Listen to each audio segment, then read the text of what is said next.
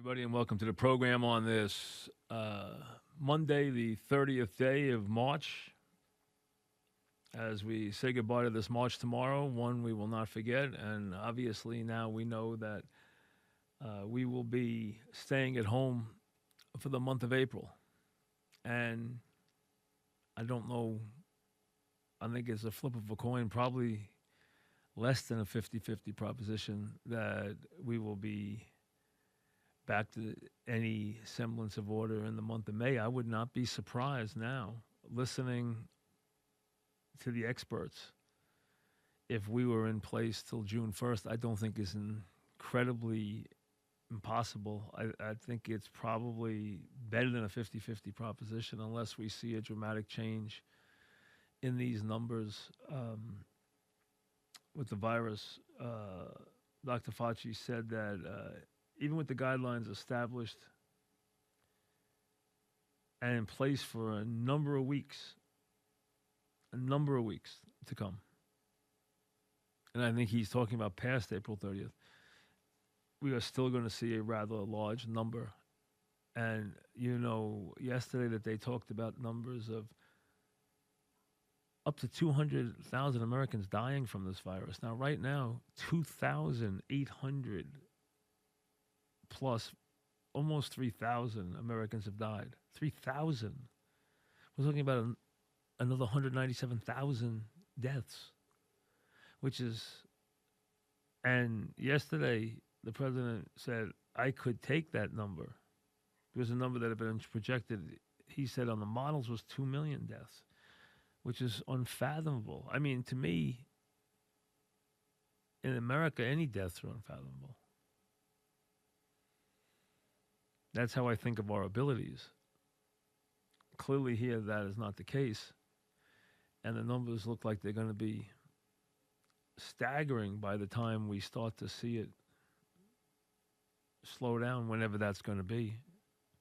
I don't know if it'll take the hot weather to slow it down or the stay at home and control the spread, if that's going to start to slow it down, but it's not slowed down at all. When you realize that we had the first registered death in America on February 29th,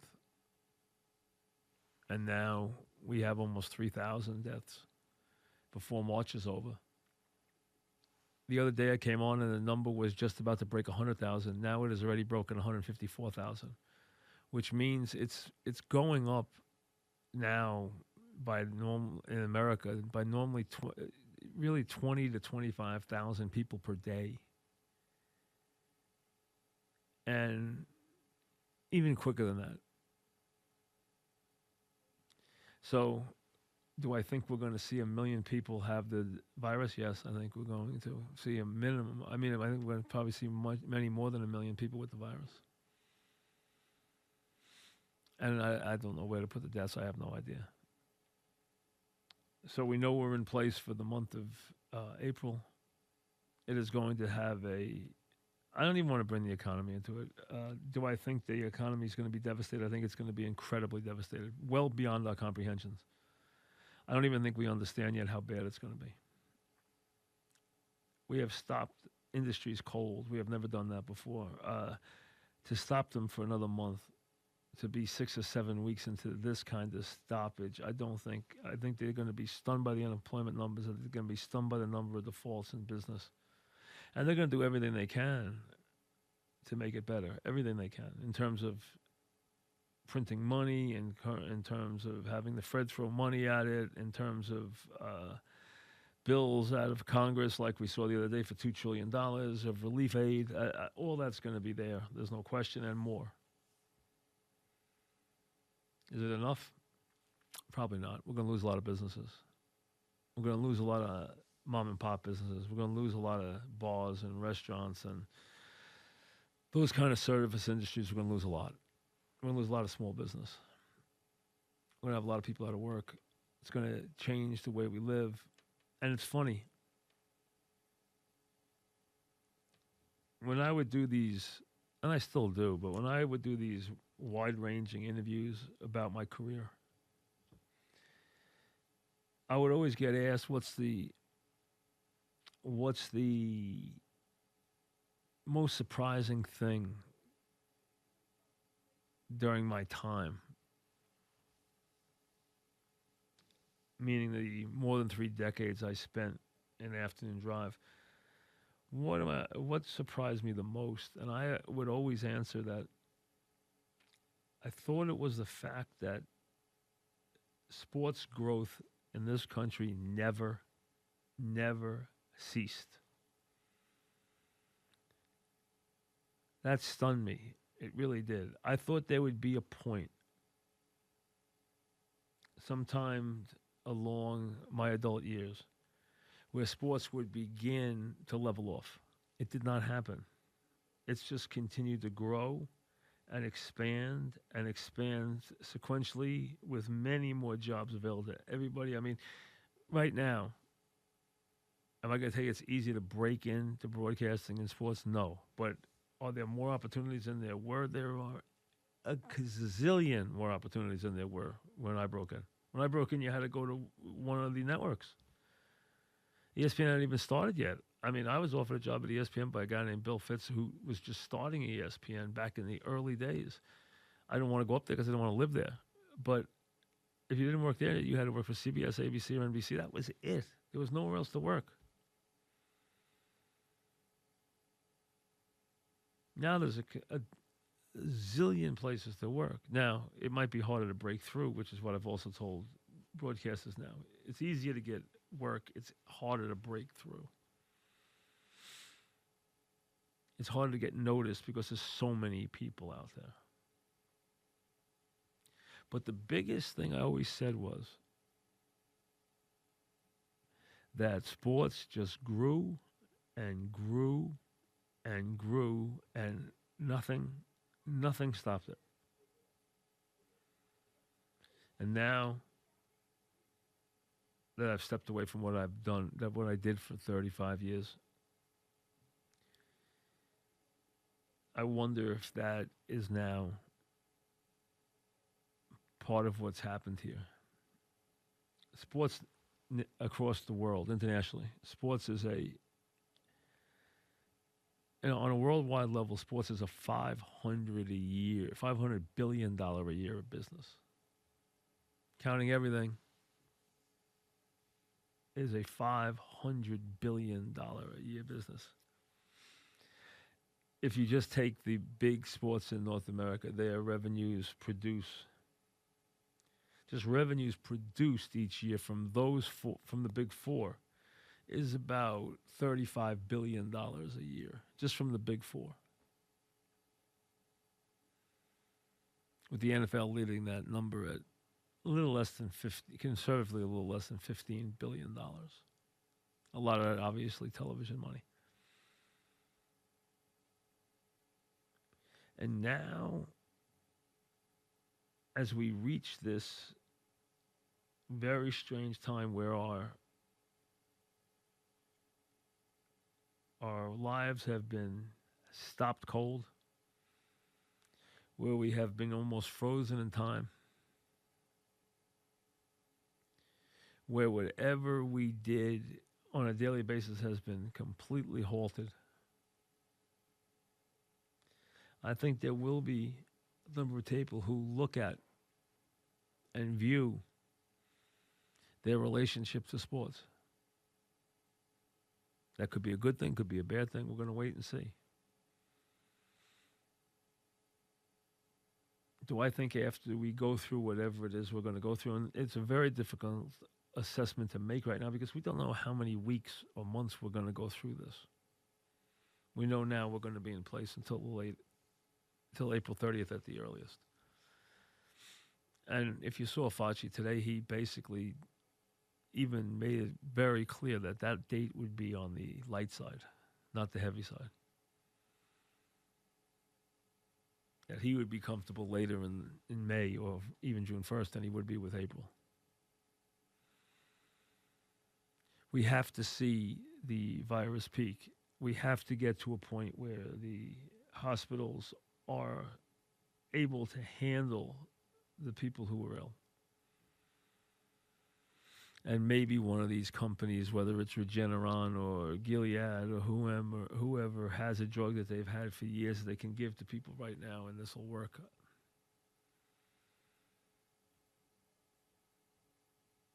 I don't know if that's true or not. We'll have to just, you know what? Sometimes you just have to cross your fingers and hope. We need that kind of miracle right now.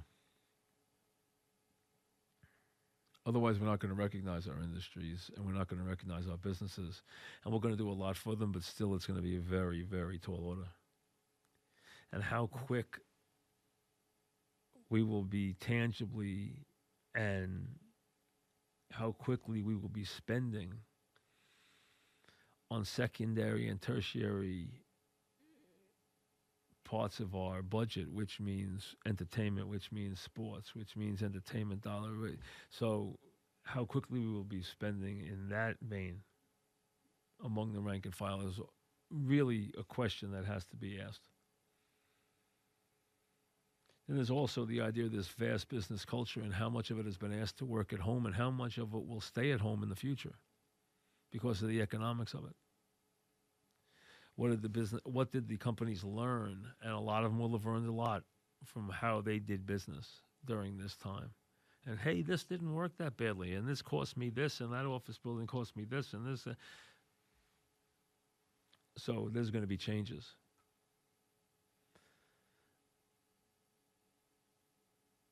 The internet, think about it, the internet has held up amazingly well. We are all draining the internet at an enormous rate. And it has held up to it enormously well. There hasn't been any failure of it. Everyone is getting what they need from it. So that is a remarkable occurrence when you think about it. So I wonder if finally, here, but still past the days where I finally left my show on the fan. And I know I still work a little bit now, but I don't consider it doing what I did. I mean, even the first time I stepped away, that for me really completed my cycle. I came back because they asked for my help. I knew it was short term. It wasn't the same show because I didn't come back for 5.5 hours. I didn't come back to the show that I had done daily for over 30 years. That was my show. That was my job. That ended when I left. I look at that as being my stay. The rest, I'm still here, but it's not like it was because I'm not on the air. I don't control the time periods. I don't get involved in a lot of the stuff, and I don't expect to have the same impact I did when I was basically the center of the broadcasting day, and I'm not that anymore. Don't want to be and don't expect to be. So it has changed. And I think we will see a rather significant change in our culture, and I also think we're going to see a change in sports from this. It doesn't have to be bad. It could be a positive versus a negative, but it's going to move some revenue around. There's no question about that. You know, I've been asked from a couple of people. As a matter of fact, somebody was doing this to a lot of people, asking them for to put out a thing of books. And of course, they asked me to do sports books, but to put out a thing of books that people could read now they have more time. So I actually did it today, and I gave them a couple of books, and I only read. I'm not a fiction reader. I know that leaves out a lot of good literary work, but I'm not a fiction reader. I'm a big biography reader. And I like history, and I obviously read sports, and I read politics, and I read history and stuff like that, and the presidency and stuff like that. I said, if you're looking for a book to read right now, number one, the best book I've ever read, and I've read it more than once, and it's a rather sizable undertaking. It is a very big book. And it was a brilliant work. It's a Pulitzer Prize winning work. Um, it is a very special book. Um, Truman by David McCullough. Still the best book I've ever written, ever read. Absolutely the best biography of all time, and I think the best book I've ever read, without any question. Absolutely brilliant. Pages come to life. It's a remarkable life. You talk about a man thrown into a hard time and thrown into something he did not want. He was a man who went to the service older than older than the normal guy, but became a leader there. He came out and he was a failed haberdasher, which both changed and influenced his life, because later on in life, his partner, who was Jewish, in the haberdashery store that they had, that went belly up during the Depression, he was a huge influence on Truman and Israel. From that to him having to live at his wife's mother's house, having no money, taking a judgeship from a corrupt political organization, the Pendergast organization, then becoming a senator, the senator, as he was called behind his back, and the senator from Pendergast, who, while he was a senator, decided to undertake his own look at whether or not the companies who were being given huge amounts of money and being asked to create product for the military war effort in World War II around the country. He got in his car and he went and checked out and found companies that were taking millions at that time of dollars and not only not producing, but didn't even have factories in some of the cases. He exposed an astronomical amount of money in fraud, was lauded for this enormous work that he did. And FDR, knowing that he was not going to live his last term, selected him, knowing he was going to leave him with his hands full as the president, picked him in a campaign that FDR couldn't lose, as we know, his fourth straight term, which cannot be done again. Even if Trump thinks about it, it cannot be done again.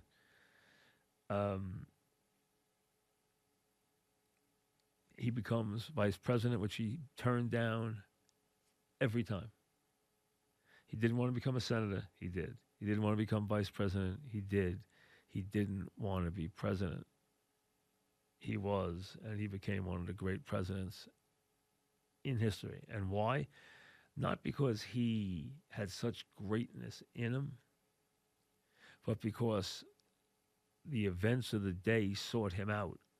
And his boldness and leadership and decision-making when the world was dumped at his doorstep. And he said, the day he became president, he walked into the room and he said, "Mrs. Roosevelt, is there anything I can do for you?"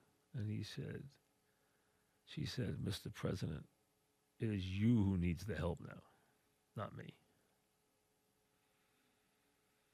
And he said, "I feel like I just had a bale of hay fall on my head." And he was pushed, ravaged with self-doubt, pushed into all kinds of major decisions, and basically made decisions that changed the world, including his battles with MacArthur and what he did with the Marshall Plan, what he did with Israel, the decisions that he made which changed American history and world history. Dropping the atomic bomb. He didn't even know what the Manhattan Project was. And he was forced to make a decision. Do I lose another 500,000 American lives, or do I drop the bomb and end the war? Still the only man who ever dropped one. So this book is, and then his incredible triumphant moment where this man, whose own party would not even acknowledge him, who nominated him at 2 o'clock in the morning in Atlantic City, didn't want him to run, tried to get Eisenhower to run, tried to get anybody else to run, runs against Dewey. The pundits are so sure Dewey can't lose to this awful president that they stopped polling 6 weeks before the election, with Dewey an 18-1 favorite to win. Dewey already picking out furniture, putting his cabinet in the newspapers, not even campaigning anymore.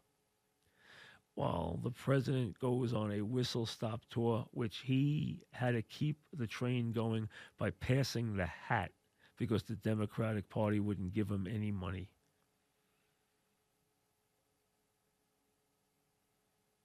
And a week later, he returned back to Washington, D.C. to a parade of 750,000 people after he had won the election. The day before, it had been said that he would lose in a romp.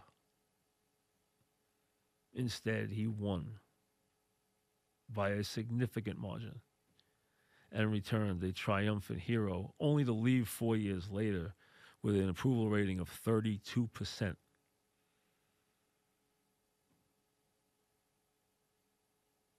And left as unpopular a president as we would ever have. And then people started to realize that he was a president who had made such bold and tremendous decisions that he was, instead of being a abject failure, one of the great presidents in the history of our nation, as history has shown that he is.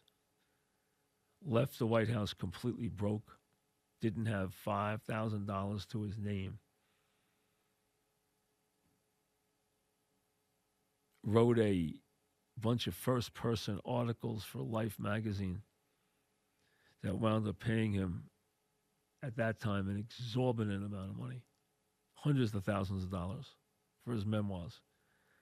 And obviously that's the money, with some other appearances he made and stuff like that, that allowed him to travel and be recognized as this elder statesman and this world leader in the years to come.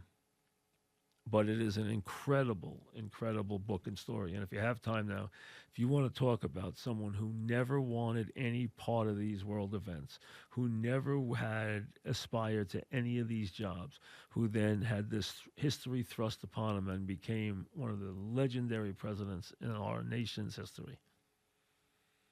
The buck stops here. Harry Truman. Every president talks about Truman. It's a great book. The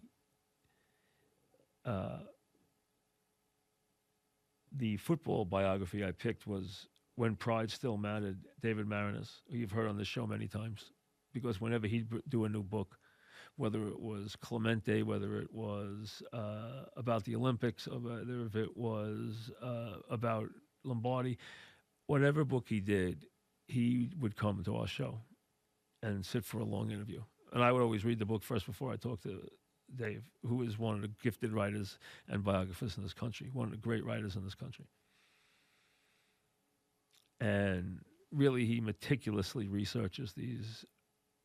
And he did a book on Lombardi called When Pride Still Mattered, which is a great football biography about another of the legendary figures in this country, Vince Lombardi. of whom they said he could have been Pope. He was an incredibly religious man. He could have been president. He was on first name basis with presidents. He actually picked up the phone to get Paul Hornung a weekend leave when he had to serve for the reserves. He actually called Kennedy to get Hornung out of the weekend duty so he could play. So that's how deep his power went. But great book about Lombardi, who is still, this is not a knock on Belichick, still the greatest coach. The most innovative coach in history by any stretch of the imagination. The father of modern football is Paul Brown. But the greatest motivator and coach of all time is Vince Lombardi. And then the third book I gave you was Junction Boys, which is about Bear Bryant and his team at Texas A&M. Bear Bryant left Kentucky because he did a great job there, and they gave him nothing. They gave him spit. And he basically said, I did an incredible job. They gave me a cigarette lighter. They gave Abe Orff a new Cadillac. So he left. Angry, he left. He couldn't get a big job, so he took the job at Texas A&M. He didn't want to go there. He went there. He didn't like how these oil guys acted, so he ran all their kids off. And he took a bunch of kids to Junction and tried to run them all off. And the story of what he did to his kids at Junction in the heat on a field of gravel and rock and glass. And he beat these kids to a pulp. He was angry. He was mean. He was meaner than a junkyard dog. He was as mean a coach as there could ever be. And he was poor and he was tough and he hated being there. And what he did there in that first year. And that team, if I remember right, wound up winning one SWC game that year. But it was the team that meant the most to him for his whole life. And when he was buried, Bear Bryant, who won 6 national championships at Alabama and became the winningest coach in history, was buried not with an Alabama ring on from when he was an Alabama star, not when he was from an Alabama team, when he won all those championships at Alabama. He was buried with a Junction Boy ring on. Because the Junction Boys meant more to him than any team he ever coached. And to that day, to the day he died, if a Junction Boy called and needed a bank loan or a reference or a phone call or anything from Bear Bryant, he got it. Because he was a Junction Boy. Because he knew how brutal he had been and how unfair he had been to those guys. And the guys who took it, the guys who withstood it and stayed with him, not only became champions the next year before Bear left for Alabama, but became basically parts of his family for the rest of their lives. They were the most important players in his life. The only ones that they said he'd stop day or night for was the Junction Boys. So a guy named Jim Dent wrote the story. It's been since made into a movie. The movie's not as good as the book. Great. If you start to pick up the Junction Boys and you're a football fan, you will not put it down. You will not put it down. It's that good. It really is an amazing story. So that's 3. Back after this. And again, I hate that this is political this year. You know, the worst thing that ever happened is this is a presidential election year because it has made all this very political. And it shouldn't be, because this should be about us and it shouldn't be about them. And it shouldn't be about who the next president is. It should be about how many lives we can save right now. And every day we watch in New York as the governor gets on and begs for equipment, and the mayor, who I'm not a big fan on, gets on and begs for equipment. And then at 5 o'clock, White House comes on and tells you how, oh, we're doing the greatest job of all time, while we're sitting here in the biggest city in the world begging for equipment on a daily basis, and they act like they don't hear us. And then yesterday, the president basically accuses them of basically sending the stuff out the back door. Now, you know what? If he thought that was the case, he should have had the military up here handling the hospital, handling the supplies, and making sure that's not the case. Not saying somebody should investigate that. If that was the case, he should be investigating that. Have the military investigate that. We are in a time of crisis. Every day they tell us we're at a war. If it's a war, you don't let them steal your supplies. He basically yesterday accused the hospital of padding the numbers they need because they were trying to sell or sending out the back door the masks. How do you go from using 20,000 masks to 300,000 masks? Can't be done. Go investigate that. You go investigate that. You have your military or FEMA investigate that. That's your job. You're in charge of this. If this is a war, they're stealing your supplies, what do? You tell the media to go investigate it? What, and get back to you in 6 weeks or 2 months as more people die on a daily basis? That's what's wrong here. There's a disconnect. We're watching one thing happen in our city on the 11 o'clock news every night. We're watching people die, and now we know people who died. Now we know people who are sick. And I've never seen people as scared as they are right now to get this, because we heard, first of all, unless you're really old or you're really not well, this thing will not bother you. I've seen guys who were 35 years old, they're dead. 40 years old, they're dead. And they were healthy, they were specimens, and now they're dead. So that's got to scare everybody. And we're not seeing 1 or 2 people die now in our neighborhood. We're seeing them die by the 10s and 20s by the day. They're bringing people out of the hospital in Queens in body bags, 5 minutes from where he grew up. We here know this isn't right. You get the guys in the metropolitan area and ask the cops in New York if it's right now. Ask the firemen in New York who are answering those police calls answering those ambulance calls if it's right now. Ask the nurses and the doctors in that hospital if it's right now. They know it's not. They don't have the supplies they need. So don't give me the My Pillow guy doing a song and dance up here on a Monday afternoon when people are dying in Queens.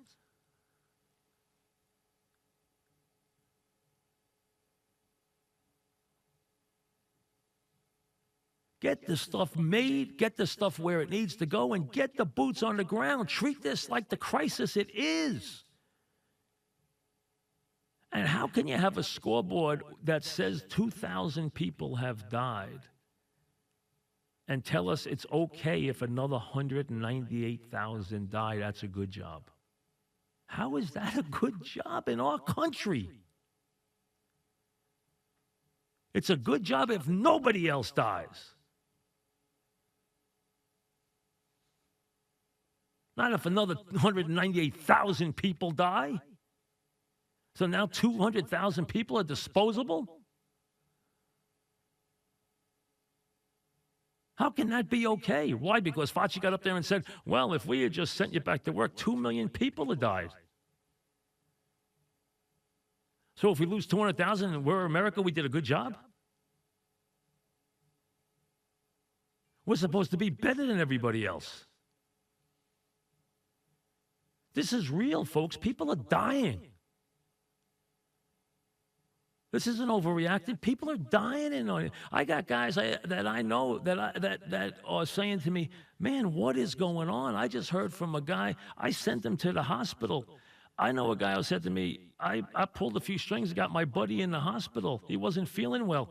He's dying right now. This was 2 days ago. Right now, he's in intensive care. He's dying. He can't breathe.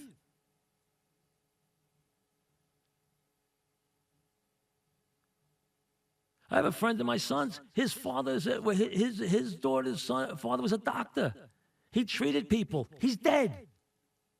The man's dead. How did he get it? By treating patients in our country. That can't happen in our hospitals. We have to be better than that. We're the best hospitals in the world. We're supposed to heal people. We're supposed to be miracle workers. We're Americans. And all of a sudden, it's okay if we lose another 198,000 people. It's not okay to me. What happens if I lose somebody I love? What happens if I lose my friends?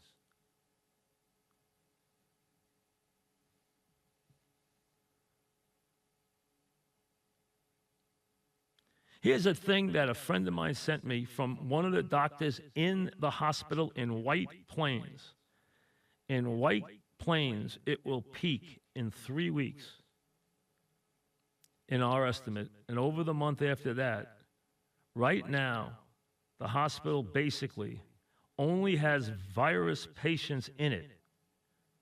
When it starts to peak in the next week or two, there will be no place to put them. There will be no ventilators for them. There will be no doctors to take care of them. As a cardiologist, we are being rationed. Some of us are only allowed in the hospital. Some of us are only allowed in the office. Others are only allowed to be at home. So there is no way for us to go back. What does everybody do when they get sick? That is in White Plains. I have other ones from other doctors. They told me this is the worst thing they've ever seen in their lives in our hospitals. On Long Island, in New York City, in Westchester. We supposedly have the best hospitals in the world. What happens when it happens in the countryside, in some rural county, where they have one hospital for 100 miles, and then people are out in the street dying, or they're on their farmland dying? It's going to happen in the next couple of weeks. The lady in Atlanta said last night, the mayor of Atlanta said last night, in 10 days, I will not be able to keep people alive. It happened in New York already. They're dying already in the streets. They're dying in the parking lots in New York. This isn't going to be the only place it happens in. Check out Detroit. Check out Chicago. Check out New Orleans. Check out Atlanta. It's going to happen in all those cities. Dr. Gottlieb said, this is going to happen in 7 or 8 cities at the same time, and we are not going to be able to respond. This is what they feared for months. This is why they wanted the equipment. And we got the White House doing a press conference, and they're giving me the My Pillow guy doing basically a speech, like he's doing one of his commercials at 3 a.m. While we have people dying in the hospitals in New York. That can't be the response. None of us can actually, I don't care what your politics are, you can't think that that's what America is supposed to respond to. If you don't think we're better than that, then shame on you. We have to be better than that. We are better than that. We have handled every crisis that's ever come our way. What are we going to do? You're telling me that we have lost 2,800 and some odd people right now, and it's okay if we lose another 197,000 to this virus? That's okay? In America? That can't be okay.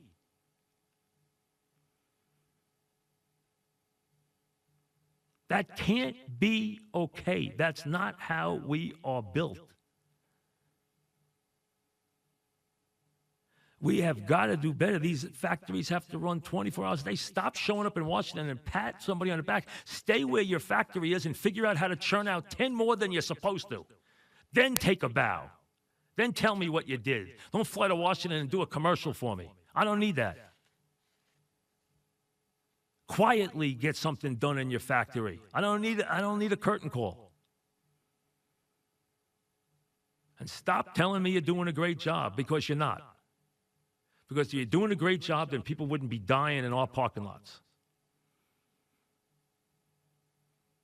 And every day, I watch the mayor today, and I don't really like the mayor.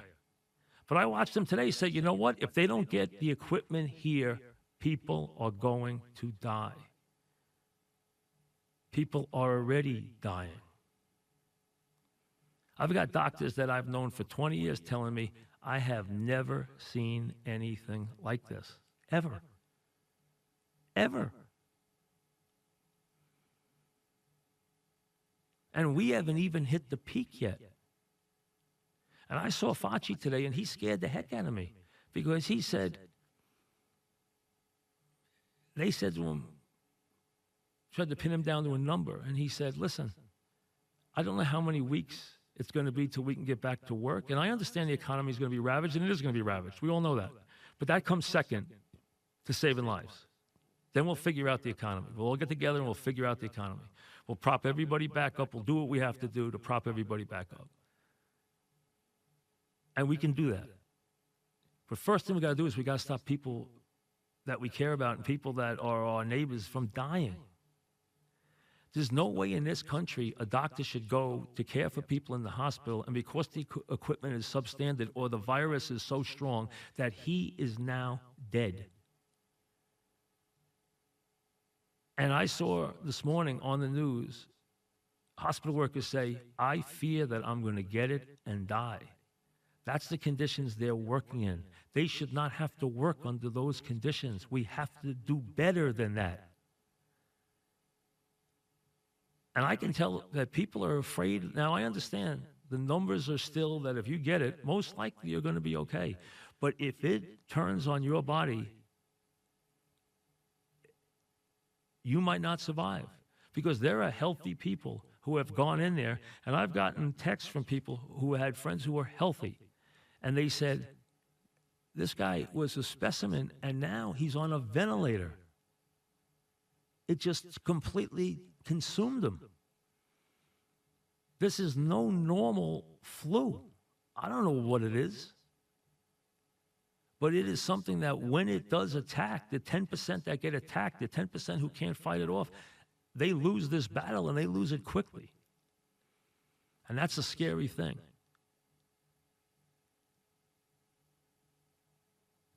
No one, you watch the news, the people I'm talking to in the metropolitan area of New York know, they're nodding their heads because they've watched this every night on the news, just like I have, and shook their head and said, how is this happening?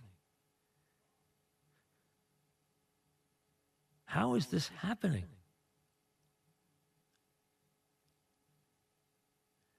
Manufacture whatever we need. I don't care. I don't care where we get it from. I don't care if we steal it. Get what we need for these medical people to do their job. And then hopefully somebody's going to come up with something that works from a drug standpoint. I mean, hopefully that's the case. But we have got to make sure that until the day comes in this country where you feel that you can go to the hospital or go to the doctor and this thing is not going to kill you, no one's going to take a deep breath in this country. Because people are going to the hospital and then they are dying with this thing. Every day the number goes up, and it goes up, and it goes up. And yesterday I saw the president say, well, if we lost 200,000, we'd have done a good job. How can you say that when the number's 2,000? How can anybody say that when the number's 2,000?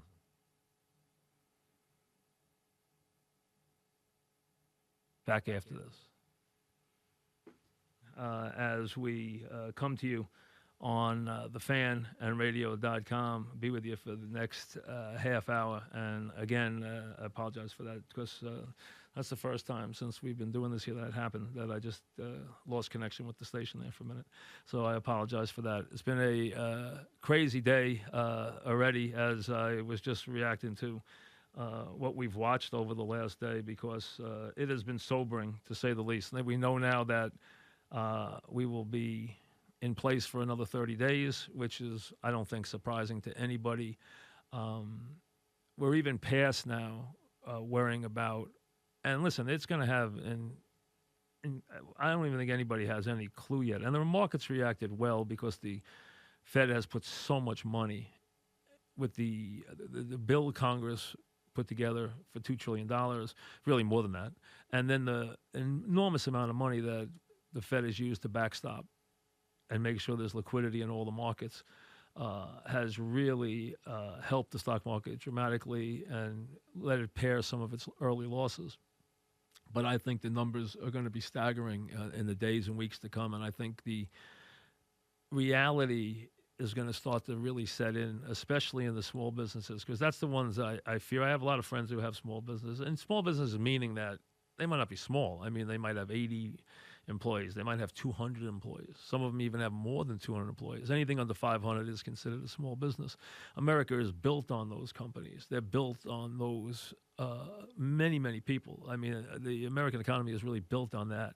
And that includes every restaurant and every pub, every neighborhood pub, every restaurant you frequent, all those little businesses, all the service industries, all the different things that you deal with, hotels and everything that, and listen, the big companies, the airports and stuff like that, they're going to be propped up. I mean, you know that we have to have airports and airlines in this company, in this country. So airlines and stuff like that are going to be propped up. They're going to be taken care of. Boeing's going to be taken care of. The car companies are going to be taken care of. Anybody who's a major industry is going to be taken care of. But the businesses in the middle, you worry about them falling through the cracks. Now, there'll have to be some things done. There'll be more money pushed your way. There's money hopefully coming your way in the next couple of weeks. I expect the unemployment numbers to ratchet up dramatically this week. And I think you'll also see a lot of businesses start to close their doors who maybe have carried employees for a couple of weeks, hoping that it would only last a couple of weeks. But we were only, I guess the severity of it was going to keep us from ever getting it done in the first couple of weeks in April. But we would have had to gone round the clock from minute one with all kinds of intensity. And I think, to be fair, we've lacked a lot of intensity. And this is something new. And this isn't to be critical, because this was going to be hard on anybody. There's nobody who would have handled this really well. So if you're someone who has never liked the president, I know you're going to be on the attack right now, but I don't want to make it about that. That's not what this is about. To me, that's the last thing this is about, is what the political ramifications are. What we want to see is we want us to be able to stop the sickness, stop the indiscriminate chance of people losing their life. And we're seeing that in our neighborhoods, and it's already hit home to all of us. I mean, I guarantee that most of the people listening to me on the fan already know of someone or know someone who not only has gotten sick, but may have already died from this. I know 3 people already who have perished in this. And they're stunning. They're stunning stories. They're not normal stories. It's not like, oh, they were 90 years old and they got sick and they died. No, not the case. And it makes you very fearful that it can happen, and it can. You don't want it to happen to someone that you know, or someone you don't want to see it happen to anybody, but you don't want it to happen to someone that you care about, or someone in your family, or and you worry about it because you don't know what person. Yes, 9 out of 10 are going to be okay. We know that statistically, 1 out of 10 are going to go to the hospital, and maybe 1 or 2 out of those are going to get ill, really ill. So understand.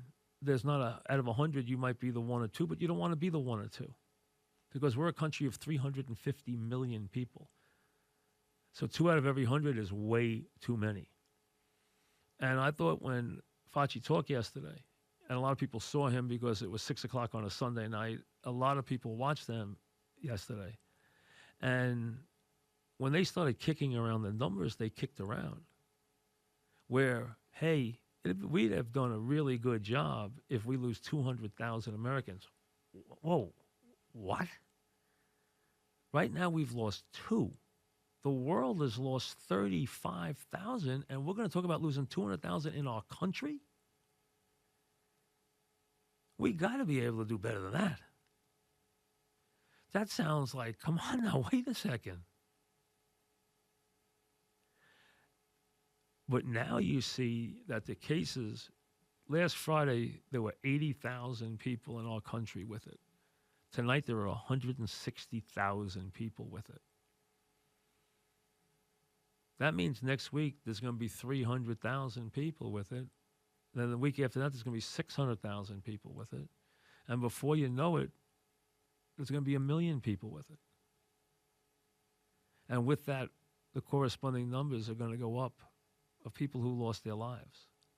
And it hasn't been just a bunch of either old people or people who had bad hearts, or they smoked, or they had bad lungs, or they had emphysema, or diabetes, or some kind of immune deficiency.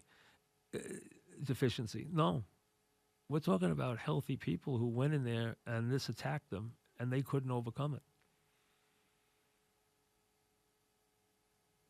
Now, hopefully some of these drugs that they're testing right now that were for malaria or for, other things, one of them that they tried already, unfortunately, didn't work. One of the first ones that they tried, already came up this morning where Dr. Hazeltine, who I keep alluding to because I read him, and he's a guy from Harvard who was the guy who really was one of the real guys who overcame HIV, said results from a small clinical trial show that hydroxychloroquine is not effective for treating people with COVID-19. Not effective. So that one's already out. So they have others. They have a lot of others. They have drugs from Regeneron, drugs from Gilead. Gilead's trying different drugs. They're trying Z-Paks. They're trying different drugs for arthritis. They have a whole host of them. They're trying something like 70-something different drugs that are drugs that have been, not drugs that they're trying to create new drugs. Those will take anywhere from a year to a year and a half to come to where they could be used on humans. A year and a half. We're talking about drugs that have been used on humans for different things that may have an efficacy against COVID-19. That's the case. They're being tried in different countries. They're being tried on people who have reached a point where you say to the people, hey, it's this or there's no hope. So what are you going to do? If somebody comes in the hospital and they say that to you, you're going to take the drug. Heck, anyone is. I'm going to take it with both hands. What do you got to lose at that point? You're losing the battle. You can't breathe. So you're going to take anything they give you. So they're trying these on people. They're hopeful that one of them will hit, or a combination, some cocktail, a combination of a couple will hit. And we all pray to God that that's the case. You know, as we approach Easter, that would be the gift that we get. That would be the best thing that could possibly happen. But I guess what bothers me is, number one, there's too much patting on the back of how good a job we're doing when people are dying in our streets. And they are. In Queens, they're putting refrigerated trucks in the parking lot and storing the bodies in them. 13 people in one day in Elmhurst Hospital. That's a stone's throw from where the president grew up. 13 people in one day. One hospital. I read you what, on the radio.com, I read you what the doctor said. I've had other doctors send me stuff. A doctor sent me a picture from the intensive care unit. And he said, this is a nightmare, unlike I've ever seen. And I know some doctors down on, Doctors Row down there on the east side, where you have right there, right in a row, some of the greatest doctors and greatest hospitals in the world. And I said, how is it? He said, you wouldn't believe it. You would not believe it. And we haven't hit the peak yet. And we don't have, and every day you have the mayor and you have the governor on there saying, we don't have enough equipment. And it's going to get worse. And then the president gets up and accuses them of sending the stuff out the back door. Well, if that's the case, get the National Guard up here and guard the back door. If this is a war and somebody's stealing your supplies, you know what? You guard the supplies. You don't tell the media to investigate it and come get back to me. You go up and guard the supplies. This is a war. You need your supplies. If somebody's stealing them or they're going on the black market and getting resold, you know what? Do something about it. Not tell me if it's happening. Get back to me. Get back to me. Those numbers are bogus. Hey, find out what the heck is going on. What we know is these guys are telling you every day they don't have the supplies they need. The doctors are telling you that. And if the doctors don't feel safe treating the patients, how can you ask them to even go in there and treat the patients? We know a doctor already who got sick by treating the patients and now has died. He was 70 years old. He was not ill. 70 years old. That can't happen here. That can't happen here. And I don't know about you, but when I look up and a scoreboard says 2,000 dead, I'm not okay with the number reading 200,000 in a couple of weeks. Do something. That can't be the outcome. Back after this. And on radio.com on this Monday evening, As we finish up the month of March, as we will tomorrow, and get ready for a whole nother month of this. And who knows? I almost, and again, we just take it, we'll take it one day at a time. That's all we can do right now and hope for the best. Okay. Hope that we just continue to do what I hope everybody just understands that every one of us that does it and adheres to it might only not only keep themselves out of the hospital, but might keep somebody else out of the hospital. So let's all do it. I understand it's not. I understand it's not. It's not fun for anybody. We understand it. None of us like it. And it's amazing that Hamptons are already overrun because a lot of people, what they do if they had houses in the Hamptons that they owned and they were in New York, they said, "Hey, let's get out to the Hamptons." And now, the Hampton market, which you would figure, all right, in this very uncertain year, and in a year where people are going to be tight on money, the Hampton market's got to just collapse. The Hampton market is insanely hot. Why?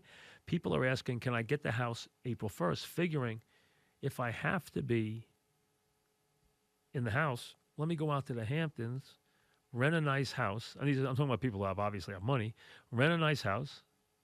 I can go to the beach. I can play tennis. I can hang out. I can't do anything anyway. I can do my work from there. And I'm out there April, May, June. The problem is the people who are out there are afraid that if everybody comes from the city now, by the summer they're going to be sick. There aren't a lot of hospitals out there like there are in New York City.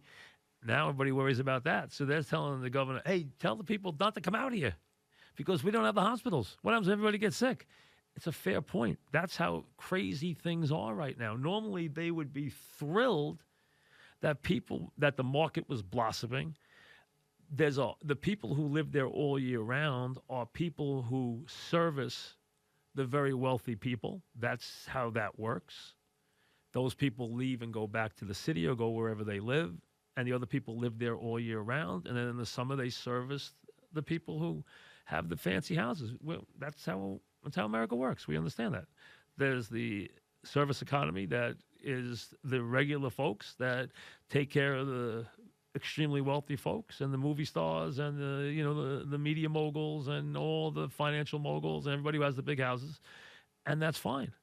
But they don't want them out there now because they're afraid we're going to get overcrowding, everyone's going to get sick, we're going to have an outbreak, and then we don't have the hospitals, which they don't. So they actually are writing letters to the governor saying, tell them to stay home, tell them to stay in New York. You can't tell them to stay in New York. You can't tell the people who own the houses to stay in New York. They own the houses. So what is usually be a great positive economically has turned into a negative for the regulars or the locals, if you want to call them locals, be a better word to use. The locals are upset. And you can understand these crazy times what people are worried about right now. What everyone is first worried about is if I get sick, can my hospital take care of me? And that's a fair thing for people to be worried about. And that's why it comes back to what I talked about in the beginning. The first thing we have to do is around the clock build the products that we need to take care of the people in the hospitals, get the protective garb for the doctors and the nurses and the technicians, get the tests so we can separate those that are ill from those that are healthy. We have 5-minute tests by Abbott. We have 15-minute tests by Henry Schein. We have a mobile test you can do at home by Henry Schein. I mean, the bottom line is get tested. But we should be doing this stuff round the clock. We should have lines set up like we had when we had gas lines. We should have National Guard going door to door with mobile units and testing families. None of this is absurd right now. Whatever can be done to test people minute by minute by minute takes us one step closer to getting back to normal, which we desperately need to do because every day we're out, our economy is going to be collapsing to a greater extent. But you know what? Right now, that has been superseded by the number of people who are dying. That's the first number that's got to be taken care of. that number's got to go to zero. That number's got to go to a reasonable number, and right now it's not. So that comes before anything else. And that's got to be the first thing we're doing, and that should be being treated. And that's why, instead of making accusations about, oh, stuff's going out the back door, you know what? Control the supply chain. Have your people control the supplies. This is a war. Have people there. Have the National Guard at the hospitals. Have them helping at the hospitals. Have military involved. You know what? They're good at this stuff. You know what? Have everybody involved. Use the full force of the American government to help America right now. And when one city gets better, move everybody to the next city. If we're first, if we really are the canary in the coal mine, as the governor says, then you know what? If we get better first, take all our resources and all our people, and I'm sure plenty of New York volunteers will go to the next city and help them. Then go to the next city and help them. And we'll do it until we hit the Pacific and we're done. Because that's how we do it in this country. But we don't. In the first quarter of a game we're losing badly, do you look at the scoreboard and say, I'm okay if I get beat 200,000 to nothing? I'm down 2,000 to nothing, and and if I lose 2,000 to nothing, 200,000 to nothing, I did a good job. What? We've lost 2,800 people.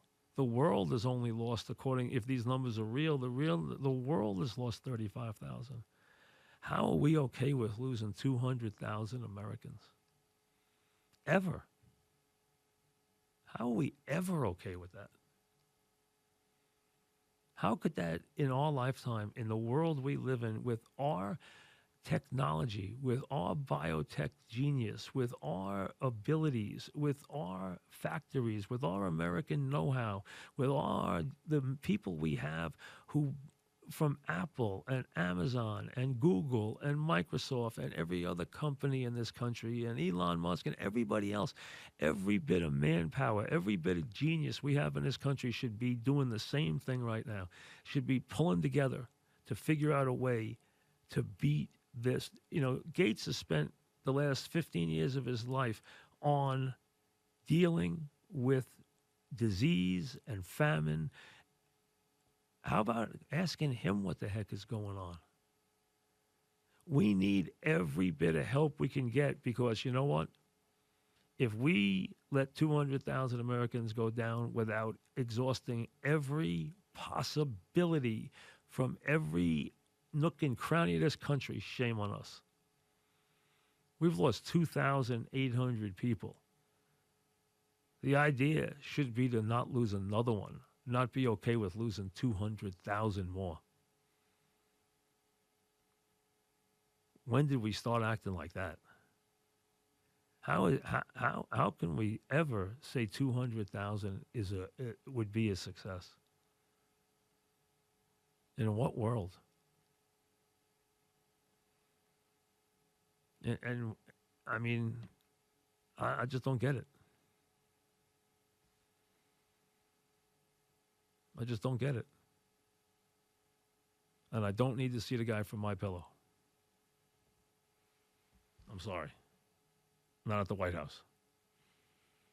I'm tired of him at 3 o'clock in the morning, no less seeing him at the White House. Casamiga Tequila, as always, brings you the program.